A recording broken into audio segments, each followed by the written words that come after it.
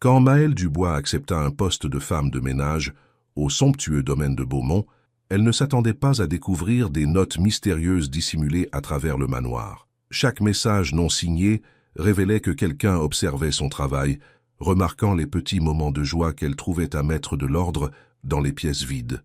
Ce qui commença comme des observations anonymes se transforma bientôt en une correspondance secrète qui allait changer leur vie à tous deux pour toujours. C'est une histoire d'amour qui transcende les barrières sociales, bâtie sur la vérité, le pardon et le courage de recommencer. Le soleil matinal filtrait à travers les immenses fenêtres du domaine de Beaumont, tandis que Maëlle Dubois les nettoyait avec soin. À 26 ans, elle avait déjà traversé plus d'épreuves que la plupart des gens 2 fois plus âgés qu'elle, mais cela faisait partie du passé. Ce travail, nettoyer cet immense manoir, était son nouveau départ. « Contente-toi de faire ton travail et de rester discrète », se rappela-t-elle, une phrase qu'elle se répétait depuis qu'elle avait franchi le seuil de la grande entrée du domaine 3 mois auparavant. Maëlle passait le chiffon en mouvement circulaire sur la vitre. Le domaine s'étendait sur plusieurs hectares de terrain paysager, avec des jardins qui semblaient s'étirer à l'infini. C'était paisible ici, d'un calme que sa maison d'enfance n'avait jamais connu. Là-bas, le silence signifiait le danger. Quelqu'un était en colère, quelqu'un arrivait.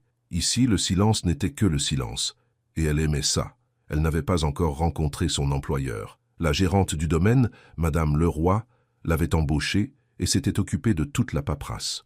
Maëlle connaissait son nom, Damien de Beaumont, et savait qu'il avait récemment repris le cabinet d'architecture de son père après la mort de ce dernier. Elle voyait sa signature sur ses bulletins de salaire, mais jamais son visage. « Il est plutôt solitaire », avait expliqué Madame Leroy le premier jour de Maëlle. « Il est très occupé avec l'entreprise. Vous ne le verrez probablement pas beaucoup. » Cela convenait parfaitement à Maëlle. Les gens riches la mettaient mal à l'aise. Ils vous regardaient comme si vous étiez invisible jusqu'à ce qu'ils aient besoin de quelque chose. Alors tout d'un coup, vous existiez. En terminant la dernière fenêtre de l'aile est, Maëlle remarqua la lumière du soleil qui se déversait à travers le verre propre. Elle projetait une lueur chaude sur le parquet. Elle ne put s'empêcher de sourire. Il y avait quelque chose de gratifiant à rendre les choses propres, à apporter de l'ordre aux espaces.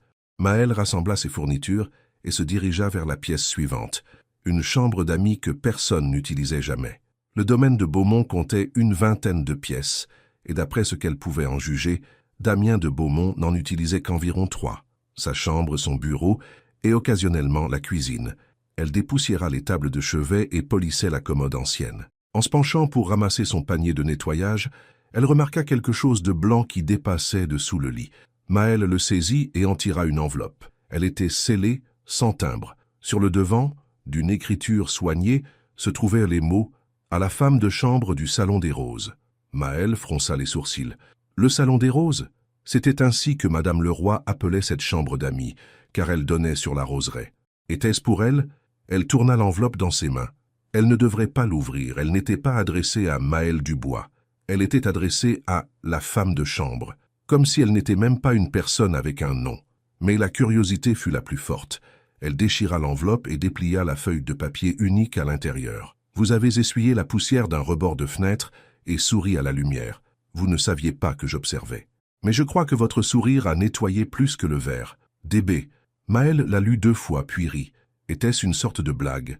DB devait être Damien de Beaumont.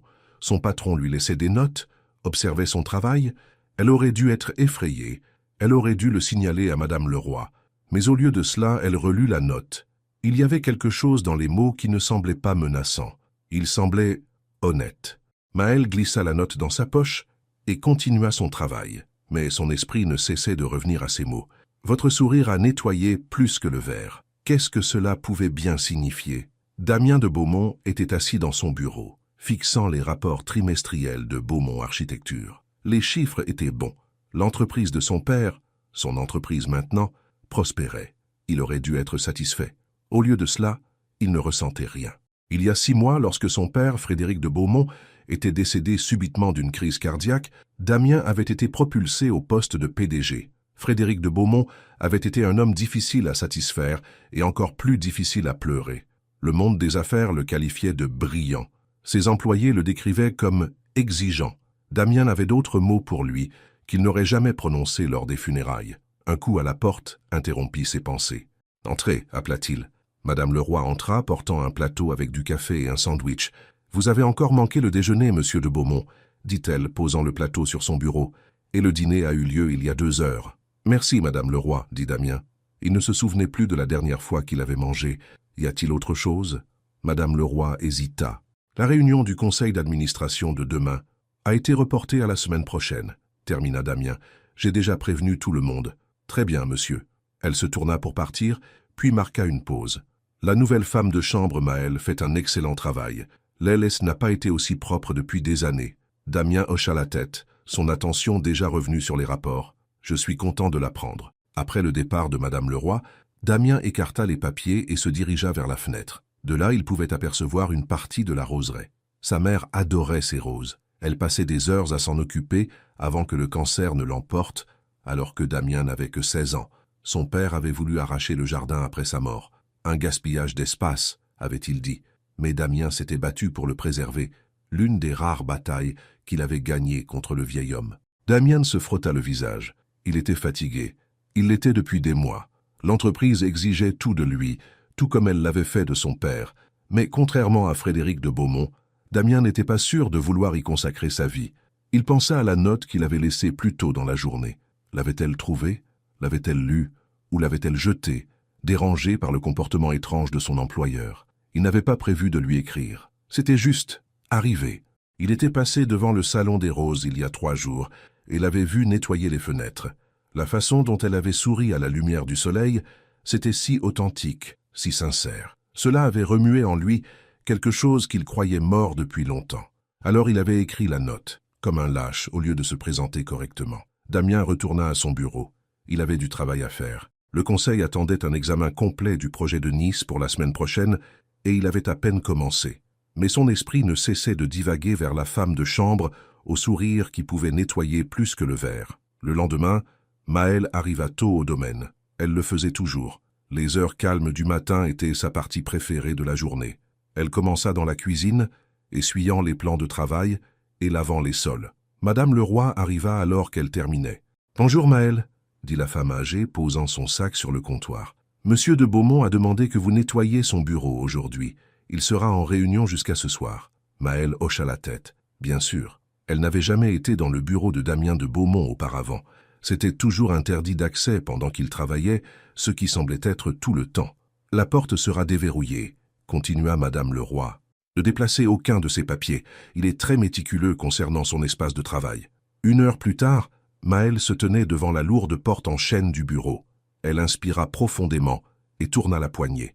La pièce était plus grande qu'elle ne l'avait imaginé, avec des étagères du sol au plafond sur 2 murs. Un bureau massif dominait l'espace, couvert de piles soignées de papiers et de dossiers. Maëlle se mit au travail, dépoussiérant d'abord les étagères. Les titres allaient de l'architecture et du design à la littérature classique. Elle fut surprise de voir plusieurs recueils de poésie. Lorsqu'elle se déplaça pour dépoussiérer le bureau, elle prit soin de ne déranger aucun papier. Une photo encadrée attira son regard. Une femme dans un jardin entouré de roses. Elle était magnifique, avec un sourire chaleureux qui atteignait ses yeux. Était-ce la mère de Damien? Ou peut-être une petite amie? Alors que Maëlle nettoyait autour du bureau, elle remarqua une petite poubelle remplie de papiers froissés. Elle la vida dans son sac poubelle, mais l'un des papiers froissés en tomba. Maëlle le ramassa et s'apprêtait à le jeter lorsqu'elle remarqua son titre de poste écrit dessus « Femme de chambre ». Elle ne devrait pas regarder.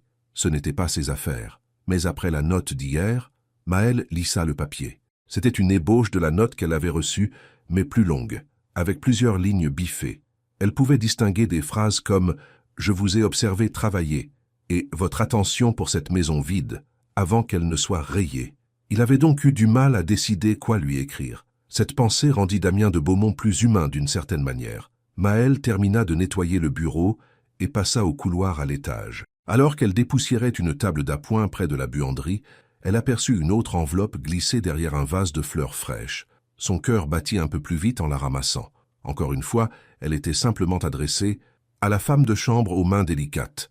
Maëlle l'ouvrit aussitôt cette fois-ci. « Vous fredonnez quand vous avez peur. Vous parlez aux roses comme si elles écoutaient. Je n'ai parlé à personne depuis des mois.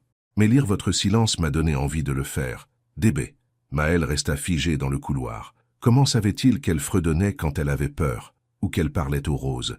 Elle pensait que personne n'était jamais là quand elle travaillait dans le jardin. La note aurait dû la faire se sentir violée, surveillée. Au lieu de cela, elle la fit se sentir vue, vraiment vue. Et c'était quelque chose que Maëlle n'avait pas ressenti depuis très longtemps. Cette nuit-là, Maëlle était assise dans son petit appartement, fixant les 2 notes de Damien de Beaumont. Elle devrait en parler à Madame Leroy. Ce n'était pas un comportement approprié de la part d'un employeur, mais les mots continuaient de l'attirer. Ils n'étaient ni exigeants ni suggestifs, ils étaient observateurs, réfléchis même.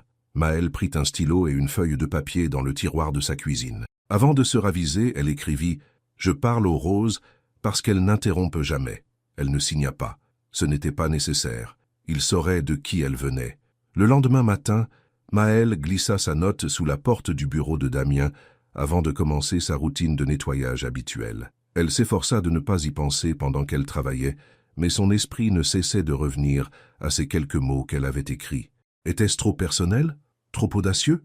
Lorsqu'elle atteignit la bibliothèque de l'aile ouest, Maëlle trouva une autre enveloppe qui l'attendait, cette fois glissée entre 2 livres sur une étagère qu'elle dépoussiérait toujours. Ses mains tremblèrent légèrement en l'ouvrant. « Merci d'avoir répondu.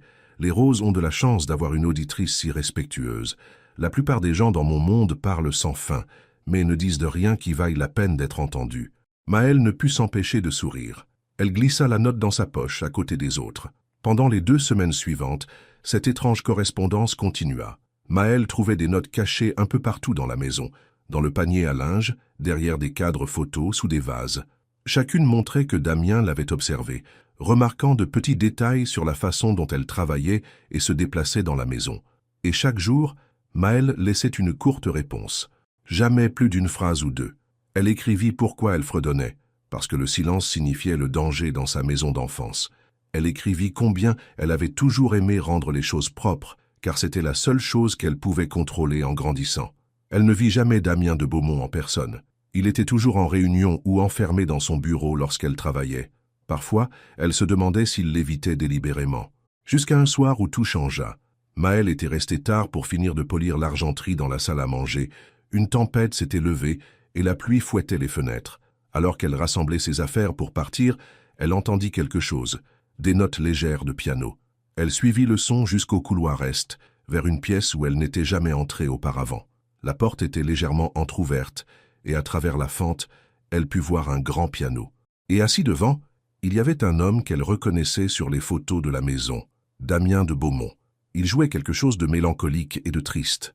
Ses épaules étaient voûtées, sa tête penchée sur les touches, et tandis que Maëlle le regardait, elle réalisa avec un choc qu'il pleurait. Des larmes silencieuses coulaient tandis que ses doigts couraient sur le piano. Elle devait avoir fait un bruit, car soudain, Damien arrêta de jouer et leva les yeux. Leurs regards se croisèrent à travers l'embrasure de la porte. Maëlle se figea, tiraillée entre la fuite et le fait de rester.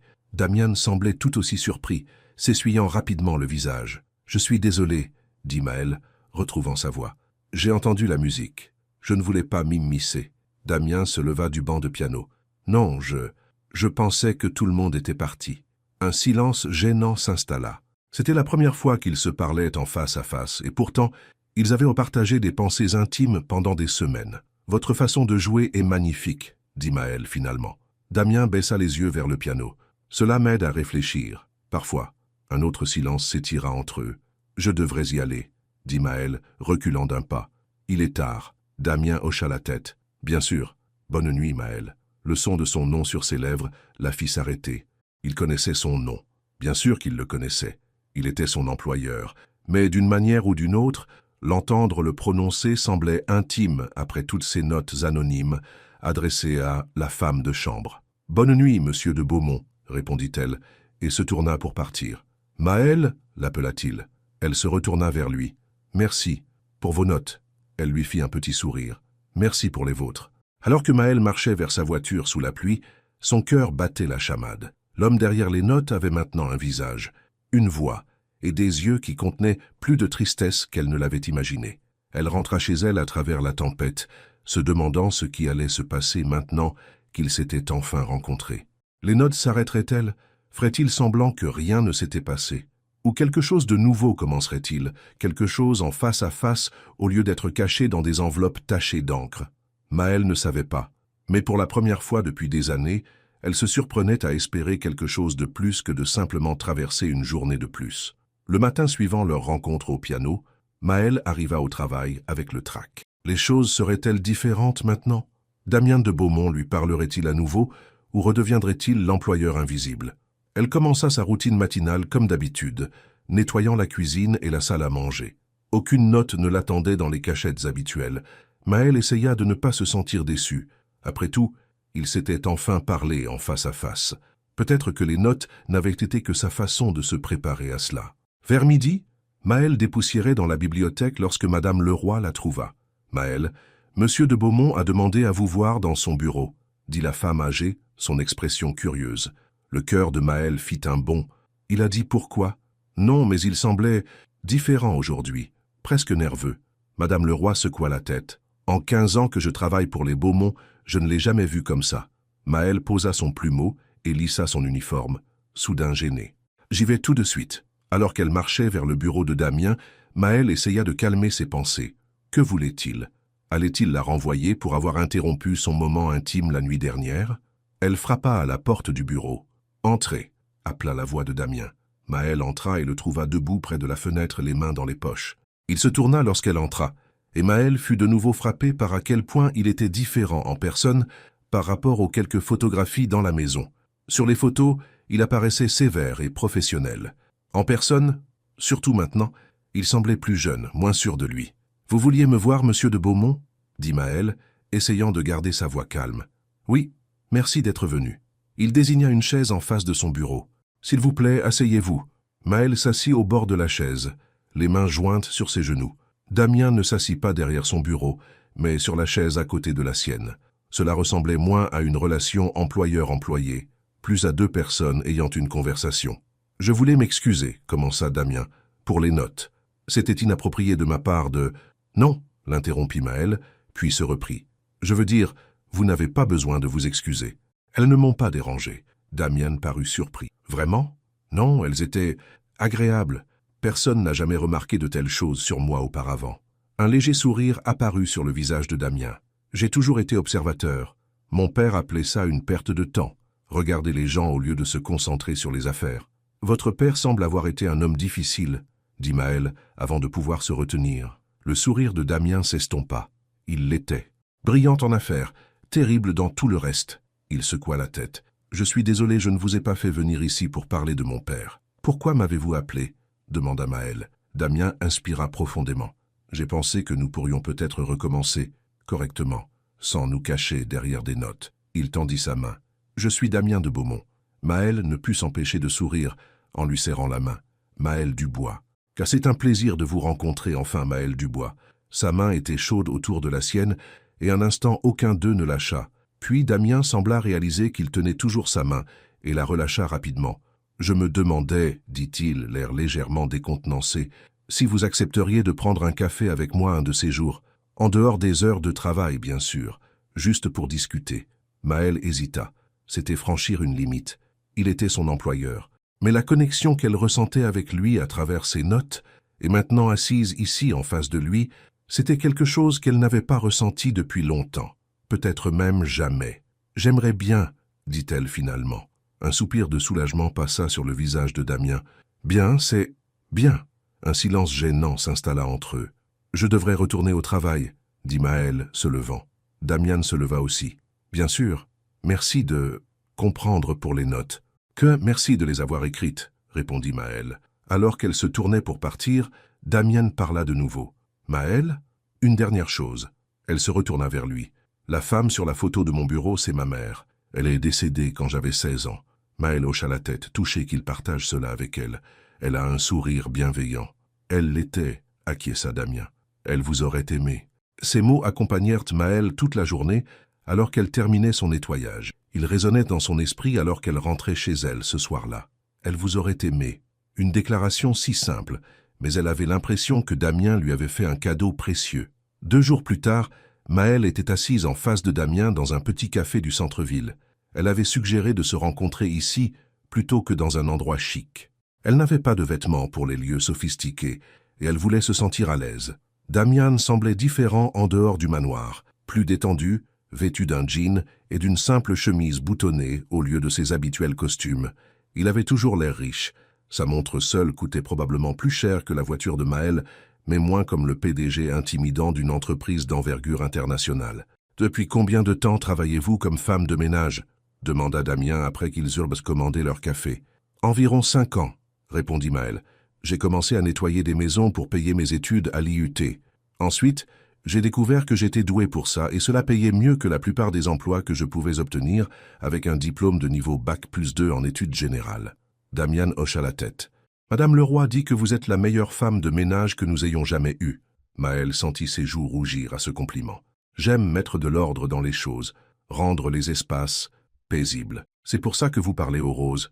demanda Damien, un léger sourire aux lèvres. « Pour la paix ?» Maël rit doucement. « En partie. Et en partie parce qu'en grandissant, personne ne m'écoutait vraiment. Alors je me suis habitué à parler aux choses qui ne pouvaient pas me répondre.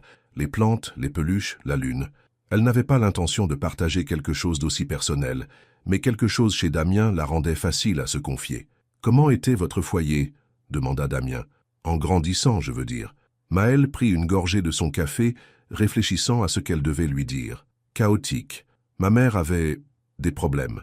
La drogue. Des petits amis pas très recommandables. Nous déménagions souvent chaque fois qu'elle ne pouvait pas payer le loyer ou qu'elle avait des ennuis. Je suis désolé, dit Damien, et elle sentit qu'il était sincère. Maël haussa les épaules. Cela m'a rendue forte, indépendante. Elle changea de sujet. Et vous? Comment était-ce de grandir dans cette immense maison? Solitaire, admit Damien. Après le décès de ma mère, il n'y avait plus que mon père et moi, et il était rarement à la maison, toujours au bureau. La maison ressemblait à un musée. On regarde, mais on ne touche pas. On ne fait pas de bruit. On ne dérange rien. C'est pour ça que vous jouez du piano? Pour combler le silence? Damien parut surpris. Je n'y avais jamais pensé de cette façon, mais oui, peut-être bien. Il passa un doigt sur le rebord de sa tasse de café. Ma mère m'a appris à jouer. C'est l'une des rares choses qu'il me reste d'elle. Ils parlèrent pendant près de 2 heures, partageant des bribes de leur vie. Maël le jeune apprit que Damien de Valois avait repris la tête de l'entreprise à contre-cœur après la mort de son père, qu'il préférait concevoir des bâtiments plutôt que diriger une affaire. Damien, lui, découvrit que Maël avait financé ses études en cumulant 3 petits boulots, qu'elle avait quitté le foyer familial à 17 ans sans jamais se retourner. Quand ils se dirent enfin au revoir devant le café parisien, il y eut un instant, juste un bref, où Maël crut que Damien allait l'embrasser, mais il se contenta de sourire et de dire « J'ai beaucoup apprécié ce moment. »« Moi aussi, » répondit Maël. « Pourrions-nous recommencer un jour ?» demanda Damien, presque timide. Maël hocha la tête. « J'aimerais beaucoup. » En rentrant chez elle, Maël tenta de comprendre ce qui était en train de se passer. Elle prenait des cafés avec son patron extrêmement riche et séduisant, qui lui écrivait des petits mots poétiques et jouait des mélodies tristes au piano. Cela ressemblait à une scène de film, pas à la vraie vie, pas à sa vie à elle, mais c'était réel. Et pour la première fois depuis longtemps, Maël était impatiente de voir ce que le lendemain apporterait. Au cours des semaines suivantes, Damien et Maël continuèrent de se voir en dehors du travail, pour des cafés, pour des promenades au jardin du Luxembourg, et une fois pour un dîner dans un petit bistrot que Damien ne connaissait pas, mais que Maël adorait. À l'hôtel particulier, ils maintenaient une relation professionnelle. Maël faisait son travail, et Damien travaillait dans son bureau, mais il arrivait parfois qu'il apparaisse dans une pièce qu'elle nettoyait, juste pour parler quelques minutes. Et parfois, Maël trouvait un nouveau petit mot caché pour elle. Les mots étaient différents maintenant, moins des observations, plus des confidences personnelles. Ton rire me donne envie d'être drôle, ce qui n'a jamais été mon fort, mais je continuerai d'essayer. C'est quand tu m'as parlé des étoiles hier soir, je les ai regardées après ton départ et je les ai vues différemment. Maël gardait chaque mot dans une petite boîte, chez elle, dans son appartement. Parfois, la nuit, elle les relisait tous, s'émerveillant de la façon dont quelqu'un comme Damien de Valois pouvait voir tant de choses en quelqu'un comme elle. Un soir de fin d'automne, Damien invita Maël à dîner à l'hôtel particulier. « C'est moi qui cuisinerai, » dit-il quand il l'appela. « À moins que tu ne me fasses pas confiance en cuisine, ce qui serait juste. Je ne suis pas très expérimenté. » Maël rit. « Je suis sûr que ce sera délicieux. » Lorsqu'elle arriva à l'hôtel particulier ce soir-là, il fut étrange d'entrer par la porte principale au lieu de l'entrée de service qu'elle utilisait pour son travail. Damien l'accueillit lui-même, la conduisant à la plus petite des 2 salles à manger du domaine. La table était dressée pour 2, avec des bougies et un vase de roses du jardin. Cela ressemblait à une image de magazine, à l'exception de l'odeur légèrement brûlée venant de la cuisine. « Je crois que le dîner est peut-être un peu trop cuit », admit Damien, l'air embarrassé.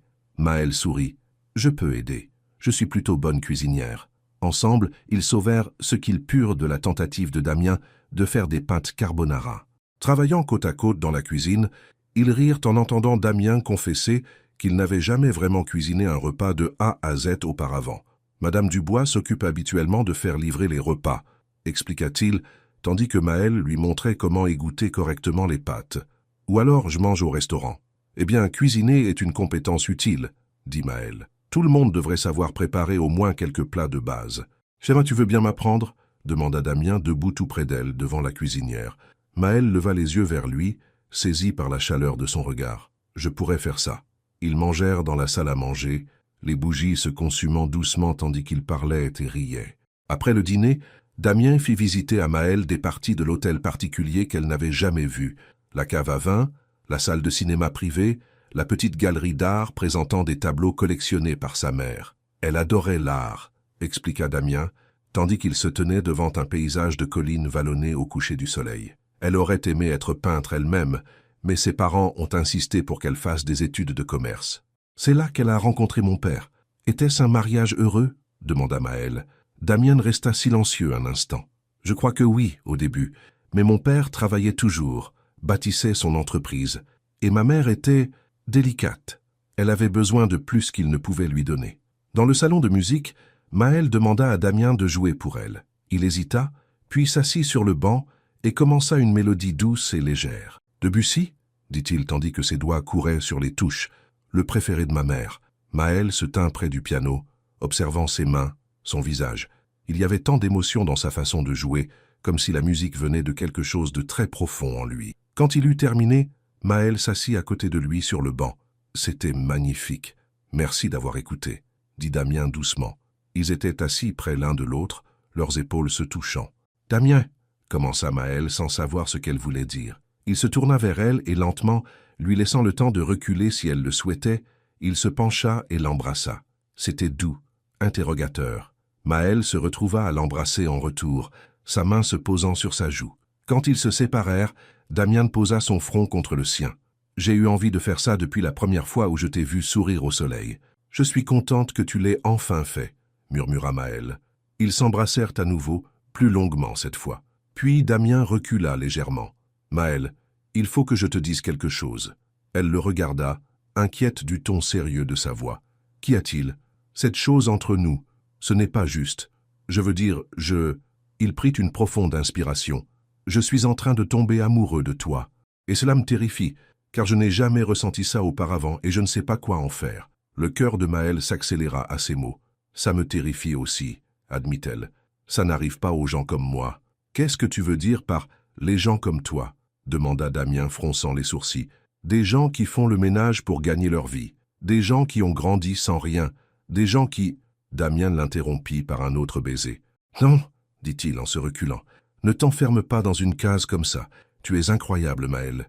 Tout chez toi, ta force, ta gentillesse, la façon dont tu vois la beauté dans les choses simples, c'est de ça que je tombe amoureux. » Les larmes montèrent aux yeux de Maëlle. Personne ne lui avait jamais parlé ainsi.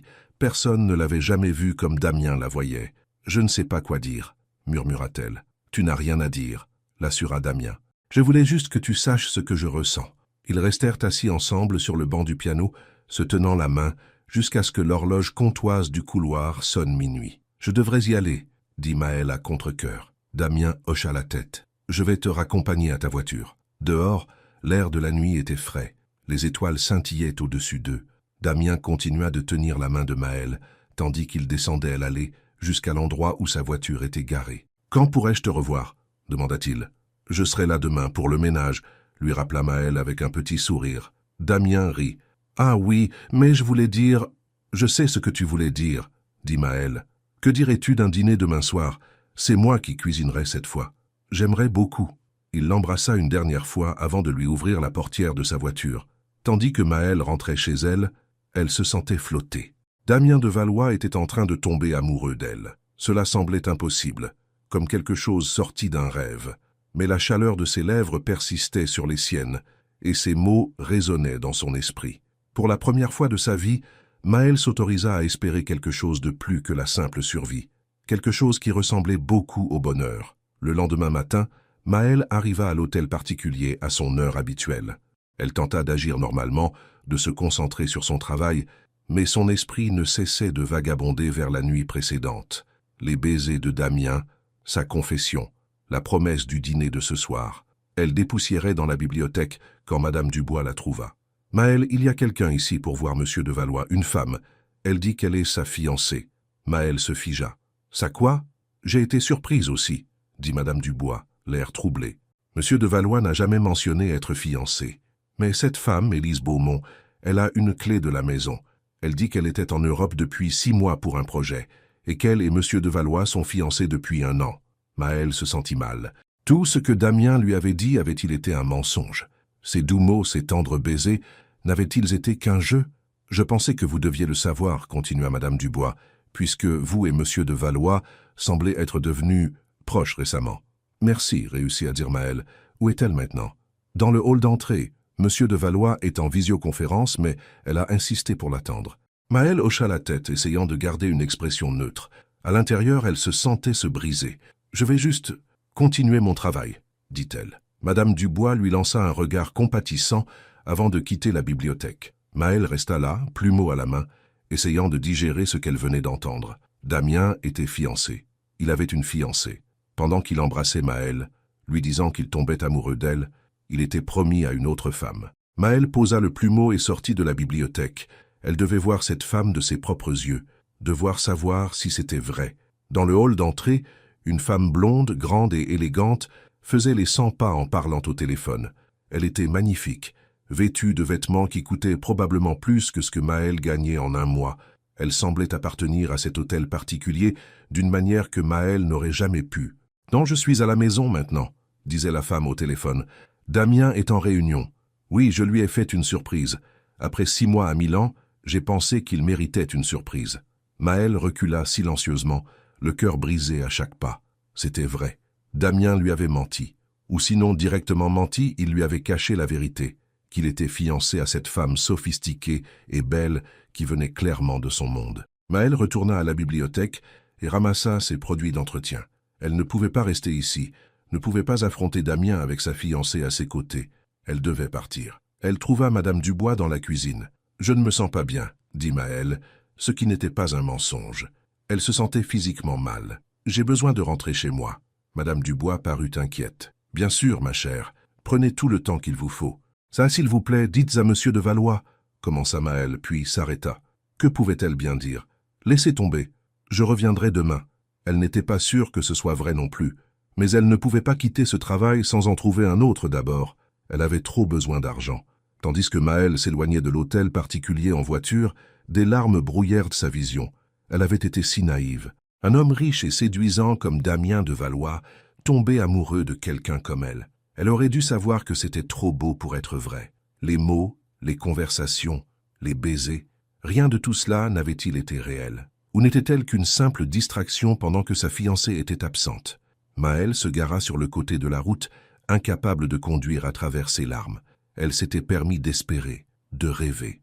Et maintenant, la réalité l'avait rattrapée de plein fouet, comme toujours. Elle pensa à tous les mots de Damien, conservés dans sa boîte spéciale chez elle. Elle devrait tout brûler, oublier qu'ils avaient jamais existé, oublier qu'il avait jamais existé, sauf en tant qu'employeur. Mais même en y pensant, Maël savait qu'elle ne pouvait pas oublier. Pendant un bref et lumineux instant, Damien de Valois l'avait fait se sentir spécial, vu, valorisé. Quoi qu'il arrive ensuite, elle aurait toujours cela.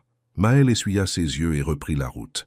Elle rentrerait chez elle, pleurerait jusqu'à ne plus avoir de larmes, puis chercherait quoi faire. Confronter Damien, faire semblant que rien ne s'était passé entre eux, ou trouver un nouveau travail et ne plus jamais le revoir. Une chose était sûre, le rêve était terminé. Et Maël le jeune avait appris il y a longtemps comment survivre quand les rêves mourraient. Maël n'alla pas travailler le lendemain. Elle appela Madame Dubois et dit qu'elle avait la grippe. Ce n'était pas entièrement un mensonge. Elle avait mal au cœur, la tête lui martelait, et tout son corps lui faisait mal de la douleur de la trahison. Elle passa la journée au lit, alternant entre pleurs et regards fixes au plafond, Son téléphone sonna plusieurs fois. Damien appelait, mais elle ne répondit pas. Que pouvait-il bien dire qui arrangerait les choses? Vers midi, un message texte arriva. « Maël, s'il te plaît, parle-moi. Ce n'est pas ce que tu penses. Je dois t'expliquer. »« Damien !» Elle faillit jeter son téléphone à travers la pièce. Pas ce qu'elle pensait. Une femme avec une clé de sa maison s'était présentée en affirmant être sa fiancée. Que pouvait-ce être d'autre? En soirée, Damien avait appelé 12 fois et envoyé 8 messages textes. Le dernier disait « Si tu ne réponds pas, je viens à ton appartement. S'il te plaît, Maël. » Cela attira son attention. Elle ne voulait pas qu'il vienne ici, dans son petit appartement minable. Cela ne ferait que lui rappeler à quel point leur monde était différent. Elle lui répondit par SMS « Ne viens pas, je te parlerai demain à l'hôtel particulier. » Sa réponse fut immédiate. « Merci. Je serai dans mon bureau toute la journée. » Maël dormit à peine cette nuit-là. Elle ne cessait d'imaginer la femme blonde dans le hall d'entrée, si élégante et posée, tout ce que Maël n'était pas, tout ce que Maël ne pourrait jamais être. Quand le matin arriva, Maël se traîna hors du lit et se prépara pour le travail. Elle mit son uniforme de ménage habituel, même si cela ressemblait désormais à une armure, un rappel qu'elle n'était que la femme de ménage, rien de plus. À l'hôtel particulier, Maël se rendit directement au bureau de Damien. Elle ne prit pas la peine de frapper. Elle ouvrit la porte et le trouva assis à son bureau, l'air de n'avoir pas dormi non plus. Ses cheveux étaient en bataille, ses yeux injectés de sang. Il se leva immédiatement. « Maël, est-ce vrai ?» l'interrompit-elle. « Es-tu fiancé ?» Le visage de Damien se décomposa. « Non, du moins plus maintenant. » Maël croisa les bras. « Explique. Élise et moi étions fiancés, » dit Damien, contournant le bureau pour se tenir devant elle. « Il y a 1 an. Cela avait été arrangé par nos familles. Son père possède les constructions Beaumont, l'un de nos plus grands partenaires. Des fiançailles arrangées? Dans quel siècle sommes-nous » Maël ne put s'empêcher de laisser transparaître l'amertume dans sa voix. « Ce n'était pas forcé, » clarifia Damien. « Juste encouragé, fortement encouragé. Mon père était encore en vie à l'époque, et il était déterminé à voir les entreprises liées par le mariage. »« Tiens, et tu as accepté ?» Damien passa une main dans ses cheveux. « Je connaissais Élise depuis l'université. Elle est intelligente, ambitieuse. Sur le papier, cela avait du sens, et j'étais habitué à faire ce que mon père voulait. Alors, que s'est-il passé? Il y a 6 mois, on a proposé à Élise un poste pour superviser un projet à Milan. Elle a voulu l'accepter. J'ai soutenu sa décision. C'était une opportunité incroyable. La veille de son départ, nous avons eu une longue discussion. Nous avons tous les deux admis que nous n'étions pas amoureux, que nous faisions juste semblant pour faire plaisir à nos familles. Et nous avons convenu de rompre les fiançailles. Discrètement, nous avons décidé d'attendre son retour d'Italie pour le rendre public, afin d'éviter des complications commerciales avec le projet de Milan. Maël essaya de digérer l'information. « Alors tu n'es plus fiancé ?»« Non, » dit Damien fermement. « Je ne le suis plus depuis 6 mois. Alors pourquoi a-t-elle une clé de ta maison? Pourquoi a-t-elle dit à Madame Dubois qu'elle était ta fiancée ?» Damien soupira. « J'ai oublié de lui redemander la clé. Et quant à ce qu'elle a dit à Madame Dubois, je ne sais pas. Peut-être espère-t-elle que nous pourrons reprendre là où nous en étions. »« Le peux-tu » demanda Maël, détestant le son si vulnérable de sa voix. Damien s'approcha d'elle. « Non, parce que je pensais ce que je t'ai dit l'autre soir. Je suis en train de tomber amoureux de toi, Maël. Seulement de toi. » Maël voulait le croire, mais le doute obscurcissait toujours son esprit. « Tu lui as parlé de nous ?» Damien hésita. « Pas encore. Je voulais te parler d'abord, t'expliquer. Après ton départ hier, Élise et moi nous sommes disputés. Elle était contrariée que je ne sois pas plus enthousiaste de la voir. Je lui ai dit que je la retrouverais pour déjeuner aujourd'hui pour en parler. »« Mais pour lui parler de nous ?» insista Maël. « Oui, » confirma Damien, « pour lui faire comprendre que quoi qu'elle puisse espérer, ça ne se fera pas. » Maël sentit les larmes menacer à nouveau. « Comment savoir que tu dis la vérité? Que ce n'est pas juste un jeu pour toi? »« Regarde-moi, Maël, » dit Damien doucement. Quand elle leva les yeux vers les siens, il continua. « Je n'ai jamais joué avec toi. Chaque mot dans chaque billet était vrai. Chaque instant que nous avons partagé a été réel. » Il porta la main à sa poche et en sortit un morceau de papier plié. « J'allais te laisser ceci pour que tu le trouves aujourd'hui, avant de savoir qu'Élise allait arriver. » Maël prit le billet de ses mains tremblantes et le déplia. « Tes mains sont douces, mais ton esprit est fort. Tu t'es reconstruite à partir de morceaux brisés. Je pense que tu pourrais m'apprendre à faire de même. Je t'aime pour ce que tu es, pas pour ce que je voudrais que tu sois. » Une larme glissa sur la joue de Maël. Les mots touchèrent quelque chose de profond en elle, la partie qui s'était toujours sentie indigne d'amour. « J'ai besoin de temps, » dit-elle en repliant le billet. « Pour réfléchir. » Damien hocha la tête. « Je comprends. Prends tout le temps qu'il te faut. Je serai là. Maël se tourna pour partir, puis s'arrêta à la porte. Que vas-tu lui dire? À Élise? La vérité, dit Damien simplement. Que j'ai trouvé quelqu'un qui me fait me sentir plus vivant que jamais. Quelqu'un de réel. Maël hocha la tête une fois, puis quitta le bureau. Elle passa la journée à nettoyer, essayant de se concentrer sur son travail au lieu du tumulte dans son cœur. Elle ne revit pas Damien. Il partit déjeuner avec Élise et ne revint pas à l'hôtel particulier tant que Maël était là. Alors qu'elle s'apprêtait à partir pour la journée, Madame Dubois l'arrêta. « Maël, vous allez bien? Vous semblez contrarié. » Maël força un sourire. « Je vais bien, juste fatigué. » Madame Dubois ne sembla pas convaincue. « Vous savez, je travaille pour la famille de Valois depuis longtemps. J'ai vu Damien grandir. Il a toujours été un enfant si sérieux, surtout après la mort de sa mère. » Maël ne savait pas pourquoi Madame Dubois lui racontait cela. « Ce que j'essaie de dire, » continua la femme plus âgée, « c'est que je ne l'ai jamais vu sourire comme il le fait quand il parle de vous. Pas même avec Élise. » Maël sentit une lueur d'espoir. « Vous saviez pour ses fiançailles? » ?»« Bien sûr, bien que je n'ai jamais pensé que cela durerait. Ils étaient bien ensemble sur les photos, mais il n'y avait pas d'étincelle.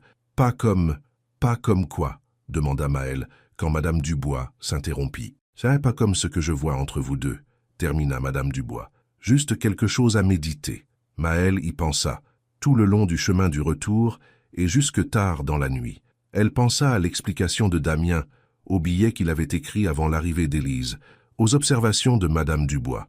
Pouvait-elle lui faire confiance? Le voulait-elle? La réponse lui vint alors qu'elle s'endormait. Oui, elle voulait lui faire confiance. Elle voulait croire au lien qu'ils avaient formé.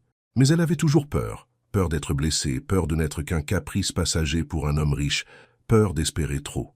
Le lendemain matin, Maël arriva à l'hôtel particulier et trouva Damien qui l'attendait dans la cuisine. « Salut » dit-il, l'air nerveux. « Salut » répondit-elle, posant son sac. « J'ai tout dit à Élise » dit Damien. « Sur nous, sur ce que je ressens. »« Comment l'a-t-elle pris » demanda Maël. « Pas très bien au début.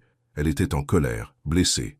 Mais finalement, elle a admis qu'elle avait elle aussi vu quelqu'un à Milan, un architecte italien. » Il haussa les épaules. « Je crois que nous savions tous les deux que c'était fini bien avant hier. » Maël hocha la tête, assimilant cela. « Tu as récupéré la clé » Damien sourit légèrement. « Oui, et j'ai fait changer les serrures juste pour être sûr. » Ils restèrent un instant en silence, l'îlot de cuisine entre eux. « Maël, » dit enfin Damien, « je comprends si tu as besoin de plus de temps, mais je veux que tu saches que je suis sérieux à propos de ça, à propos de nous. » Maël prit une profonde inspiration. « Je te crois.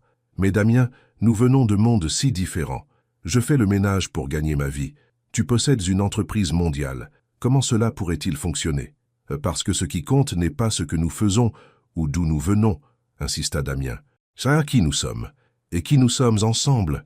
Il fit le tour de l'îlot pour se tenir devant elle. Quand je suis avec toi, je ne me sens pas comme le PDG d'Architecture de Valois ou le fils de Frédéric de Valois. Je me sens juste moi, le vrai moi. Et c'est quelque chose que je n'ai jamais eu avec personne d'autre. Maël sentit à nouveau les larmes monter. « J'ai peur, » admit-elle, « peur que tout cela disparaisse. » Damien lui prit doucement les mains dans les siennes. « Je ne peux pas te promettre que tout sera parfait, mais je peux te promettre que je ne te mentirai jamais, je ne te cacherai jamais rien, et je ne cesserai jamais d'essayer de te mériter. » Maël le regarda dans les yeux et ne vit que de la sincérité. Lentement, elle hocha la tête. « D'accord, d'accord ?» répéta Damien, l'air plein d'espoir. « Essayons, » dit Maël. « Ensemble. » Le sourire de Damien fut comme un lever de soleil éclairant son visage. Il la serra dans ses bras et la tint près de lui. Maël sentit quelque chose s'apaiser dans sa poitrine. Pas tout à fait la paix, pas encore, mais quelque chose qui s'en approchait. Une volonté de croire que peut-être, juste peut-être, elle méritait ce bonheur. Au cours des semaines suivantes, Maël et Damien reconstruisirent prudemment ce que l'apparition d'Élise avait ébranlé. Ils continuaient à se voir en dehors des heures de travail, apprenant à se connaître plus profondément. Damien commença à rejoindre Maya pendant ses pauses déjeuner, apportant parfois de quoi partager, parfois simplement s'asseyant avec elle pendant qu'elle mangeait. Les messages continuaient aussi, cachés dans des endroits que seule Maya trouverait. Mais maintenant, ils contenaient souvent des messages quotidiens mélangés au poétique. « N'oublie pas que j'ai ce dîner d'affaires ce soir » ou « Peux-tu m'apprendre à refaire ce plat de pâtes ?» C'est lors d'une de leurs leçons de cuisine dans la cuisine de Damien qu'il aborda pour la première fois le sujet du travail de Maya. « As-tu déjà pensé à faire autre chose ?» demanda-t-il en coupant des légumes sous sa direction. « Non pas qu'il y ait quoi que ce soit de mal à faire le ménage, » ajouta-t-il rapidement. « Tu es incroyable dans ce que tu fais. Je me demande simplement s'il y a autre chose qui te passionne. » Maya réfléchit à la question. Personne ne le lui avait jamais demandé auparavant. « J'ai toujours voulu travailler avec les plantes, » admit-elle. « J'ai suivi des cours d'horticulture dans une école spécialisée. J'ai adoré ça. »« Ça, c'est pour ça que tu parles aux roses ?» demanda Damien avec un sourire. « Probablement, » rit Maya. « Les plantes ont du sens pour moi. Elles ont besoin de choses simples, de lumière, d'eau, de soins, et elles donnent tellement en retour. » Damien resta silencieux un instant, concentré sur sa découpe. Puis il dit « Tu sais, le jardin ici a été négligé depuis la mort de ma mère.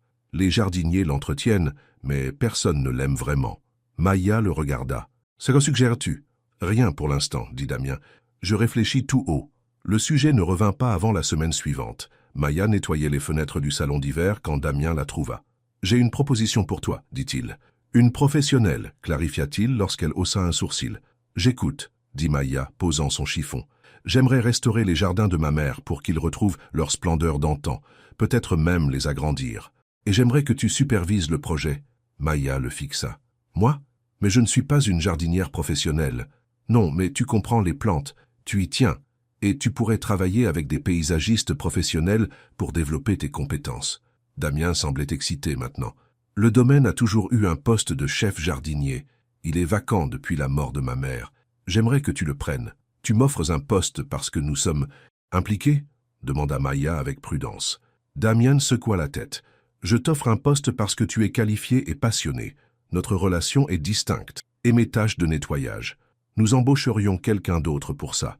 Tu serais entièrement concentré sur les jardins. » Maya se dirigea vers la fenêtre regardant le domaine. La roseraie était toujours magnifique, mais elle pouvait voir le potentiel pour bien plus encore. « Aurais-je le choix des plantes ?» demanda-t-elle. « Absolument. Ce serait ton projet. » Maya se tourna vers lui. « Et le salaire ? Plus que ce que tu gagnes actuellement, » dit Damien, avec des avantages sociaux. C'était tentant, tellement tentant.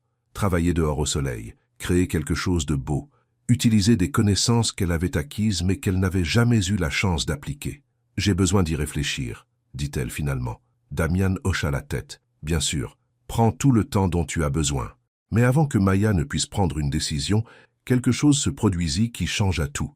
3 jours plus tard, Maya arriva à l'hôtel particulier pour trouver des voitures de police dans l'allée. Son cœur s'emballa alors qu'elle garait sa voiture et se hâtait vers la porte d'entrée. Madame Dubois la rencontra sur le perron, l'air pâle. « Qu'est-il arrivé ?» demanda Maya, la peur la saisissant. « Il y a eu un cambriolage la nuit dernière, » expliqua Madame Dubois. « Quelqu'un est entré par la fenêtre de l'aile est. Quelqu'un a été blessé ? Damien va bien ? Monsieur Delacroix va bien. Il n'était pas à la maison. Il avait une réunion tardive en ville et est resté à son appartement là-bas. » Un soupir de soulagement envahit Maya. « Qu'ont-ils pris ? » « C'est ce qui est étrange, » dit Madame Dubois. « Ils sont allés directement à la bibliothèque et n'ont pris qu'une seule chose, un livre en première édition qui appartenait à la mère de Monsieur Delacroix. Il avait une valeur sentimentale, mais n'était pas particulièrement précieux. » Maya fronça les sourcils. « C'est bizarre. Rien d'autre? Pas d'électronique ou d'objet de valeur? Rien. La police pense que cela pourrait avoir été ciblé. Quelqu'un qui connaissait la maison et savait ce qu'il cherchait. » Un frisson parcourut l'échine de Maya. « Où est Damien maintenant ?»« Dans la bibliothèque avec la police. Il recherche des empreintes digitales. » Maya alla le trouver. La bibliothèque était en désordre, les tiroirs ouverts et les livres éparpillés sur le sol. Damien se tenait au centre de tout cela, parlant à un inspecteur. Quand il vit Maya, il s'excusa et vint vers elle. « Tu vas bien ?» demanda-t-elle immédiatement. « Je vais bien », l'assura-t-il. Juste confus. Pourquoi quelqu'un s'introduirait-il juste pour voler un livre? Madame Dubois a dit que c'était celui de ta mère. Damien hocha la tête. Une première édition du Jardin secret. C'était son préféré. Elle me le lisait quand j'étais enfant. La police a-t-elle des pistes? Pas encore. Les caméras de sécurité ont été désactivées, ce qui suggère que celui qui a fait cela connaissait le système. Damien passa une main dans ses cheveux. L'inspecteur pense que cela pourrait être quelqu'un ayant un lien personnel. Maya se sentit mal à l'aise. Comme qui? Avant que Damien ne puisse répondre, son téléphone sonna. Il vérifia l'écran. « C'est le bureau. Je dois prendre cet appel. » Il lui serra la main avant de s'éloigner pour répondre. Maya commença à ramasser les livres du sol, essayant de remettre un peu d'ordre dans le chaos. Alors qu'elle replaçait un volume sur l'étagère, elle remarqua quelque chose glisser entre deux grands livres d'art, une enveloppe. Son cœur manqua un battement.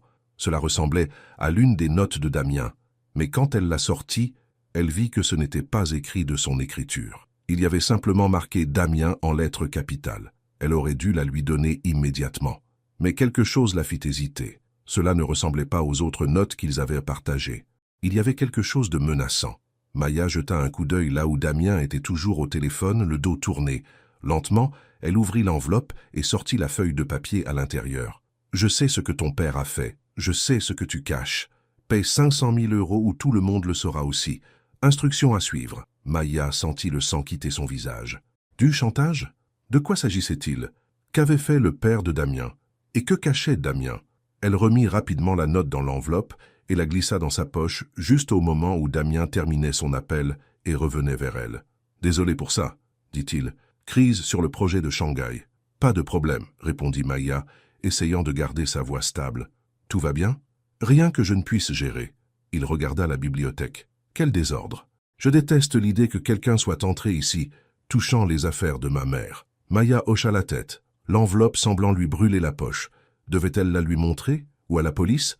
Ou devait-elle attendre et interroger Damien en privé? « Damien, commença-t-elle avec hésitation, y a-t-il quelque chose que tu ne m'as pas dit?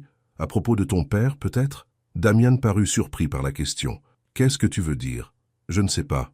Juste, tu ne parles jamais beaucoup de lui, sauf pour dire qu'il était difficile. » Une ombre passa sur le visage de Damien.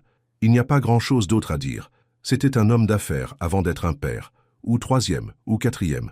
Il haussa les épaules. « Pourquoi demandes-tu » Maya ne put se résoudre à mentionner la note. Pas encore. Pas avant d'en comprendre davantage. Juste curieuse. Avec tout ce qui se passe, ça m'a fait réaliser qu'il y a encore beaucoup de choses sur ton passé que je ne connais pas. L'expression de Damien s'adoucit. Tu peux me demander n'importe quoi, Maya. Je n'ai rien à te cacher. Mais la note dans sa poche suggérait le contraire. Que cachait Damien? Et pourquoi quelqu'un essayait-il de le faire chanter? Je devrais me mettre au travail, dit Maya, évitant son regard. Le reste de la maison a encore besoin d'être nettoyé. Bien sûr, dit Damien, bien qu'il semblât légèrement perplexe devant son changement d'humeur soudain. On se parle plus tard? Maya hocha la tête et quitta la bibliothèque, l'esprit en ébullition. Le reste de la journée, elle fit les gestes du nettoyage, mais ses pensées étaient accaparées par la note de chantage. Devait-elle en parler à Damien, la montrer à la police, ou essayer d'en savoir plus par elle-même? À la fin de sa journée, Maya avait pris une décision. Elle mènerait elle-même une enquête avant d'apporter la note à Damien. Si quelqu'un le menaçait, elle voulait comprendre pourquoi. Quand elle rentra chez elle ce soir-là, Maya s'assit à sa petite table de cuisine et relut la note. « Je sais ce que ton père a fait. » Qu'avait fait Frédéric Delacroix qui valait un demi-million d'euros pour être gardé secret? Maya ouvrit son ordinateur portable et commença à chercher des informations sur Frédéric Delacroix et d'éventuels scandales ou controverses dans lesquels il aurait pu être impliqué. Il y avait de nombreux articles sur son succès commercial, ses stratégies d'acquisition agressive, sa réputation de négociateur coriace, mais rien d'assez scandaleux pour justifier un chantage. Puis Maya se rappela quelque chose que Damien avait mentionné une fois, que son père avait démarré l'entreprise avec très peu, la construisant à partir de rien. Elle chercha des informations sur les débuts de Delacroix Architecture. 1 heure plus tard, elle trouva quelque chose d'intéressant. Il y a 30 ans, alors que l'entreprise venait de démarrer, Frédéric Delacroix s'était associé à un autre jeune architecte, Jacques Lefebvre. Ils avaient travaillé ensemble pendant 3 ans, jusqu'à ce que Lefebvre quitte soudainement l'entreprise. Après cela, Delacroix Architecture décolla, devenant le cabinet international qu'il était aujourd'hui.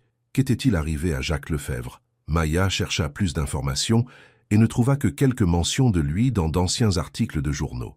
Il avait créé son propre petit cabinet d'architecture après avoir quitté Delacroix, mais il n'avait jamais connu beaucoup de succès. Il était mort il y a 15 ans. Ce n'était pas grand-chose, mais c'était un début. Maya nota ce qu'elle avait trouvé, prévoyant d'approfondir ses recherches le lendemain. Elle était sur le point de fermer son ordinateur portable lorsqu'une notification d'email apparut. C'était de Damien. « Dîner demain soir? J'ai quelque chose d'important à te demander. » Maya fixa le message. Que voulait-il lui demander? Et comment pourrait-elle s'asseoir en face de lui au dîner, sachant qu'elle lui cachait la note de chantage? Elle ferma son ordinateur portable sans répondre. Elle avait besoin de temps pour réfléchir, pour savoir quoi faire ensuite. Mais une chose était certaine, la paix et le bonheur qu'elle avait commencé à trouver avec Damien étaient maintenant menacés par les secrets qui se cachaient dans le passé de la famille Delacroix. Et Maya était déterminée à découvrir la vérité, même si cela signifiait risquer son amour naissant. Maya passa une nuit agitée, la note de chantage pesant lourdement sur son esprit. Au matin, elle avait pris une décision. Avant de confronter Damien, elle avait besoin de plus d'informations sur Jacques Lefebvre, l'architecte qui avait travaillé avec Frédéric Delacroix au début de l'entreprise. Elle appela Madame Dubois et dit qu'elle serait en retard au travail. Un rendez-vous chez le médecin, prétendit-elle. Au lieu de cela, elle se rendit à la bibliothèque publique du centre-ville.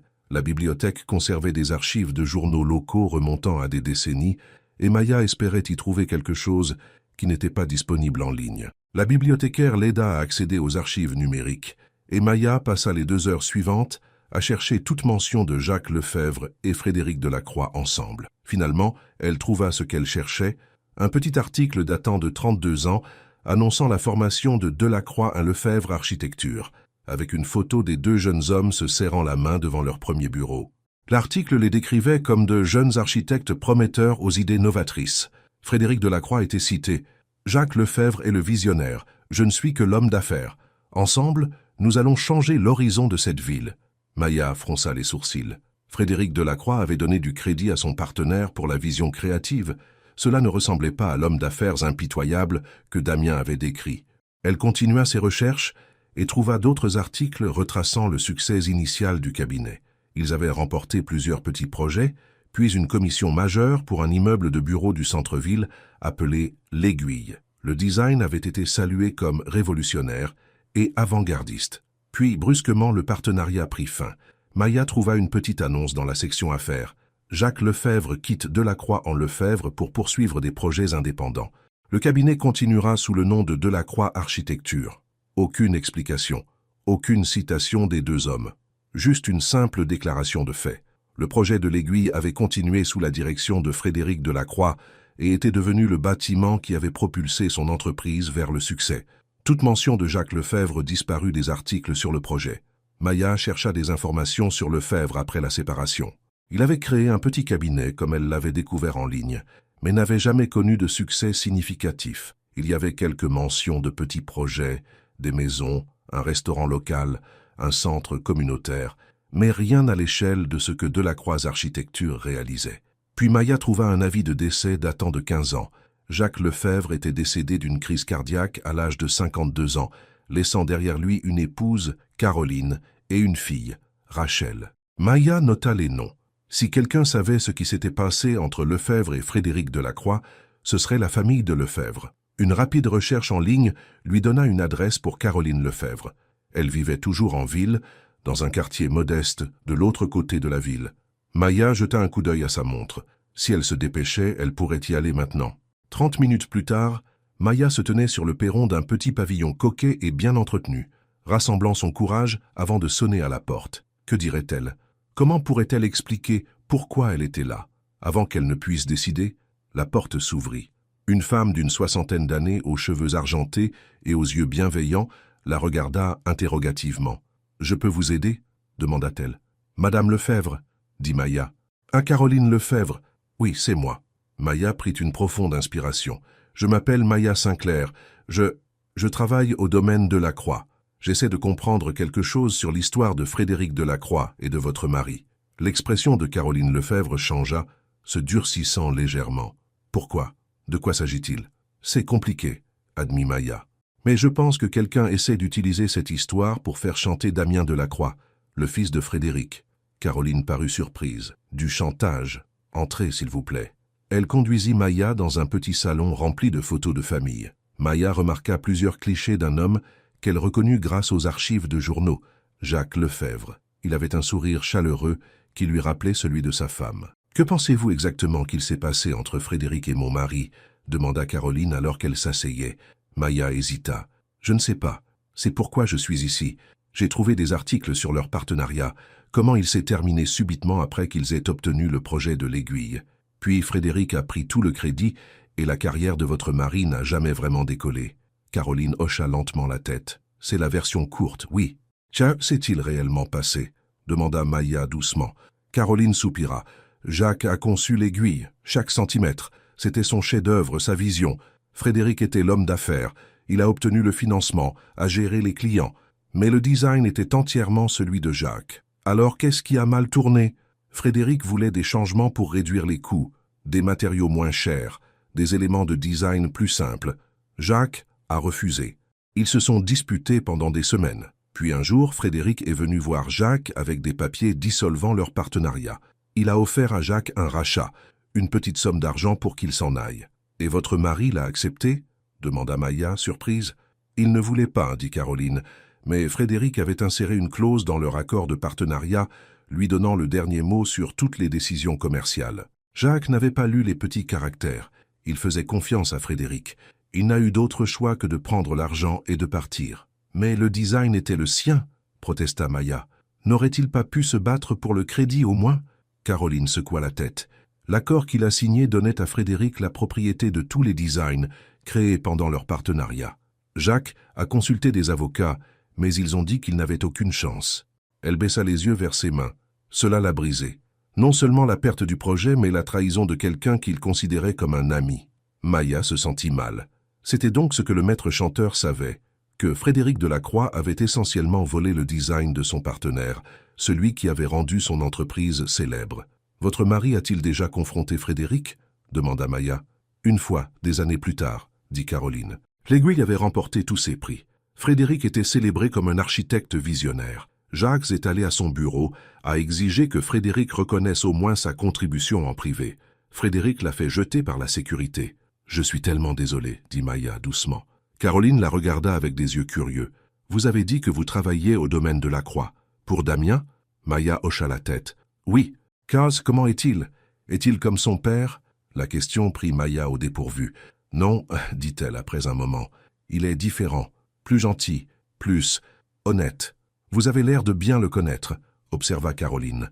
Maya sentit ses joues s'échauffer. « Nous sommes devenus proches. » La compréhension illumina les yeux de Caroline. « Je vois.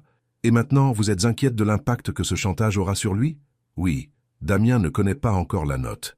Je l'ai trouvé et je voulais comprendre de quoi il s'agissait avant de lui dire. » Caroline resta silencieuse un instant. « Ma fille, Rachel, elle a toujours été amère de ce qui est arrivé à son père. Elle n'a jamais pardonné à Frédéric Delacroix, même après sa mort. Elle a toujours dit qu'un jour la vérité éclaterait. » Un frisson parcourut l'échine de Maya. « Où est votre fille maintenant, Madame Lefebvre? Elle est architecte aussi, travaille pour un cabinet en centre-ville. Brillante comme son père, mais en colère. Elle a porté cette colère longtemps. » Maya se leva. « Merci de m'avoir parlé. Vous m'avez beaucoup aidé. » Alors qu'elle partait, Caroline l'appela. « Dites à Damien. Dites-lui que toutes les dettes ne peuvent pas être payées avec de l'argent. » Maya roula directement jusqu'à l'hôtel particulier, l'esprit en ébullition. Rachel Lefebvre pouvait-elle être derrière le chantage? Cela avait du sens. Elle connaîtrait l'histoire de son père avec Frédéric Delacroix, aurait accès à des connaissances architecturales pour contourner le système de sécurité, connaîtrait l'agencement de l'hôtel particulier si elle avait étudié le travail du partenaire original de son père. Mais pourquoi maintenant? Frédéric était mort depuis 6 mois. Pourquoi cibler Damien après tout ce temps? Quand Maya arriva à l'hôtel particulier, Madame Dubois l'informa que Damien était en réunion dans son bureau et avait demandé à ne pas être dérangé. « Est-ce à propos du cambriolage ?» demanda Maya. « Je crois que oui, » répondit Madame Dubois. « L'inspecteur de police est avec lui. » Maya hésita. Elle devrait attendre que l'inspecteur parte avant de parler à Damien. Mais si la police s'intéressait déjà à Rachel Lefebvre, et s'il l'arrêtait avant que Damien ne comprenne toute l'histoire? « J'ai besoin de lui parler, » dit Maya. « C'est important. » Madame Dubois parut surprise, mais hocha la tête. « Je vais lui faire savoir que vous êtes ici. » Quelques minutes plus tard, Maya fut introduite dans le bureau. Damien était assis derrière son bureau, l'air fatigué. En face de lui se trouvait un inspecteur en costume froissé, prenant des notes. « Maya, » dit Damien se levant. « Tout va bien? J'ai besoin de te parler, dit-elle, à propos du cambriolage. » L'inspecteur leva les yeux avec intérêt. « Vous avez des informations sur l'affaire, mademoiselle? »« Sinclair, » compléta Maya. « Maya Sinclair. Et oui, je crois bien. » Elle sortit la note de chantage de son sac et la tendit à Damien. « J'ai trouvé ça dans la bibliothèque hier, caché sur une étagère. » Damien l'a lu, son visage pâlissant. « Qu'est-ce que c'est? Qu'est-ce que mon père est censé avoir fait? »« Je crois que je sais, » dit Maya.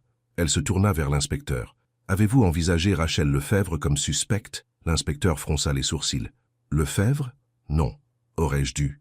Maya expliqua ce qu'elle avait appris de Caroline Lefebvre sur le partenariat entre Frédéric Delacroix et Jacques Lefebvre. Comment Frédéric avait évincé Jacques et s'était attribué le mérite de son design de l'aiguille. La famille Lefebvre nourrit ce grief depuis des décennies, conclut Maya. Et Rachel Lefebvre est architecte. Elle saurait comment entrer dans l'hôtel particulier, comment désactiver le système de sécurité. L'inspecteur prenait des notes rapidement. C'est très utile, mademoiselle Sinclair. Je vais enquêter sur Rachel Lefebvre immédiatement. Il se leva et ramassa ses affaires. Monsieur Delacroix, nous vous tiendrons informés. Après le départ de l'inspecteur, Damien s'assit lourdement sur sa chaise, fixant la note de chantage. Je n'en avais aucune idée, dit-il doucement. Mon père n'a jamais mentionné Jacques Lefebvre. Il n'a jamais dit que l'aiguille était le design de quelqu'un d'autre que le sien. Maya s'assit en face de lui. Savais-tu que ton père avait un partenaire quand il a créé l'entreprise? Damien secoua la tête. Non. Il avait toujours parlé de bâtir l'entreprise à partir de rien, grâce à sa propre vision et à son travail acharné. Il leva les yeux vers Maël, le regard troublé. Pendant toutes ces années, il s'est attribué le mérite du travail d'un autre homme. Le bâtiment qui a rendu notre entreprise célèbre n'était même pas son œuvre. Ça ne change pas qui tu es, dit Maël doucement. Vraiment?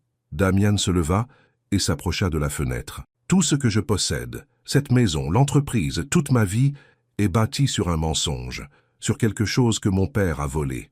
Tu ne savais pas, insista Maël. Tu n'es pas responsable de ce qu'il a fait. Mais j'en ai profité, dit Damien amèrement. Chaque privilège que j'ai eu est issu de ce succès initial, un succès qui aurait dû être celui de Jean Dubois. Maël se leva et s'approcha de lui, posant une main sur son bras. Qu'est-ce que tu vas faire maintenant? Damien baissa les yeux vers la note de chantage. Pas ça. Je ne paierai pas pour que la vérité reste cachée. Elle l'a été bien trop longtemps. Il se tourna vers Maël. Il faut que je répare ça, d'une manière ou d'une autre. Avant que Maël ne puisse répondre, le téléphone de Damien sonna. C'était le détective, appelant avec des nouvelles. Rachel Dubois avait été interpellée pour interrogatoire et avait admis l'effraction. Elle avait pris le livre, le préféré de son père, comme un geste symbolique. Le chantage avait été une idée de dernière minute, née en voyant à quel point les Leblanc étaient devenus riches tandis que sa famille luttait. « Porterez-vous plainte ?» demanda le détective. Damien hésita, regardant Maël. Elle pouvait voir le conflit dans ses yeux. « Pas encore, » dit finalement Damien. « J'aimerais lui parler d'abord. » Après avoir raccroché, Damien dit « Je dois la voir. Comprendre. Je t'accompagne, » proposa Maël. Damien lui prit la main, la gratitude dans les yeux. « Merci. » Au commissariat de police, Rachel Dubois était assise dans une salle d'interrogatoire, défiante malgré sa situation. Elle avait la trentaine, avec les yeux chaleureux de son père, bien qu'il soit maintenant durci par la colère. « Vous vouliez parler ?» dit-elle quand Damien et Maël entrèrent. « Alors parlez. Je veux comprendre, » dit Damien, s'asseyant en face d'elle. « Pourquoi maintenant? Mon père est mort il y a 6 mois. » La mâchoire de Rachel se crispa. « Parce que maintenant vous recevez toutes les louanges. Damien Leblanc, le brillant nouveau PDG, suivant les traces de son père. J'ai vu votre interview dans l'Architecture d'aujourd'hui, parlant de l'héritage de votre père, de sa conception visionnaire du phénix. C'était la goutte d'eau. Je ne savais pas, dit Damien simplement. Pour votre père, pour ce que le mien a fait, je suis désolé. Rachel eut l'air surprise puis méfiante. Désolé ne change rien. Votre famille a vécu du génie de mon père pendant 30 ans.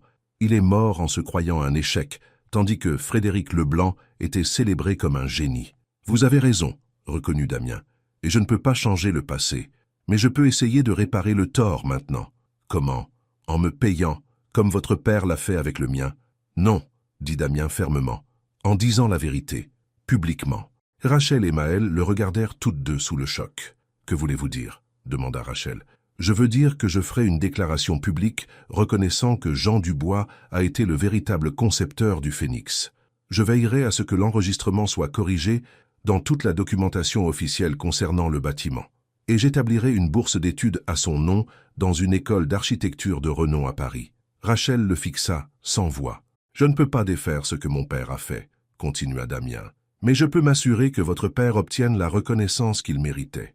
Pourquoi feriez-vous cela? Demanda Rachel. Cela pourrait nuire à la réputation de votre entreprise. Parce que c'est la bonne chose à faire, dit Damien simplement. Rachel regarda alternativement Damien et Maël, sa colère commençant à s'apaiser. Et les charges, les fractions? Je ne porterai pas plainte si vous rendez le livre, dit Damien. Il signifiait beaucoup pour ma mère. Elle n'a rien eu à voir avec ce qui s'est passé entre nos pères. Rachel hocha lentement la tête.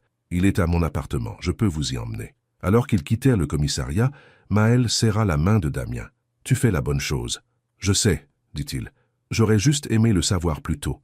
Toutes ces années, l'héritage de mon père a pesé sur moi.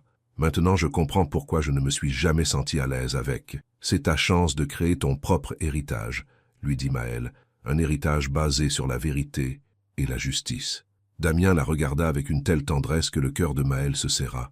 Tu as changé ma vie, tu sais. Pas seulement avec ça, mais avec tout. Tu as vu le vrai moi quand je me cachais derrière ces notes, trop effrayé de montrer mon visage. Nous nous sommes vus mutuellement, le corrigea Maël, et c'est pour ça que ça marche. Dans les semaines qui suivirent, Damien tint sa promesse. Il publia une déclaration publique reconnaissant Jean Dubois comme le véritable concepteur du Phénix. Il établit une bourse d'études au nom de Dubois et invita Rachel à la cérémonie d'annonce.